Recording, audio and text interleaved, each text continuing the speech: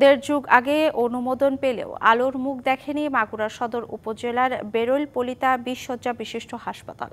ভবন নির্মাণ না করেই নিয়োগ দেওয়া হয়েছে চিকিৎসক ও নার্স।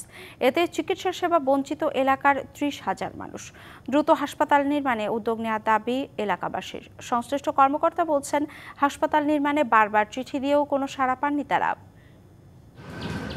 মাগুরা সদরের বেরৈলপলিতা ইউনিয়নে ২০ শয্যা বিশিষ্ট হাসপাতালটি সরকারিভাবে অনুমোদন পায় ২০০৫ সালের ২৭শে এপ্রিল। তারপর দেড় যুগ পার হলেও নির্মাণ হয়নি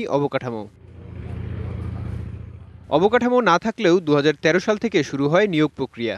বর্তমানে চিকিৎসক রয়েছেন ২ জন আর নার্স ৩ জন, কিন্তু নিয়োগ পাওয়া চিকিৎসকরা জেলার বাইরে কর্মরত।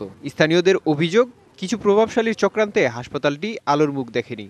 মাঠের অলরাউন্ডার আমি, আর ঘরের allrounder Tylox. Tylox toilet cleaner, clean মানেই টাইলক্স। বিভিন্ন মাধ্যম দিয়ে জানতে পারি যে শুধু হসপিটাল বরাদ্দ দিয়েছে, তার নার্স আছে, ডাক্তার আছে, কিন্তু বাস্তবে আমরা কিছুই পাই না। সবকিছুই আছে, ডাক্তার বরাদ্দ, নার্স বরাদ্দ, মালামাল সবকিছু মাগুরাতে আসছিলেন। এখন আমাদের এটা কেন হইলো না, এটা আমরা সম্পূর্ণভাবে জানি না। বেরৈলপলিতা ইউনিয়ন থেকে সদর উপজেলার দূরত্ব ৩০ কিলোমিটার হওয়ায় ভোগান্তিতে পড়েছেন রোগীরা। এতে চিকিৎসা সেবা বঞ্চিত ইউনিয়নের বাসিন্দারা। আমাদের এইখানে কাছে কোনো হসপিটাল নেই, যার কারণে অনেক দূরে নিয়ে যাওয়া লাগে। ডাক্তার নার্স সবই যখন এইখানে আছে, বরাদ্দকৃত হসপিটালের বাস্তবায়ন হোক। সিভিল সার্জন বলছেন, নিয়ম অনুযায়ী হাসপাতাল নির্মাণের কথা কর্তৃপক্ষকে জানিয়েছেন তারা।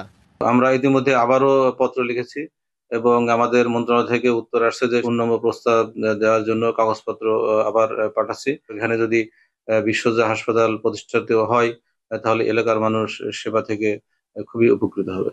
বেরৈলপলিতাবাসীর চিকিৎসা সেবা নিশ্চিতে হাসপাতাল ভবনটি নির্মাণে পদক্ষেপ নেবে কর্তৃপক্ষ, এমনটাই প্রত্যাশা স্থানীয়দের। DBC news desk.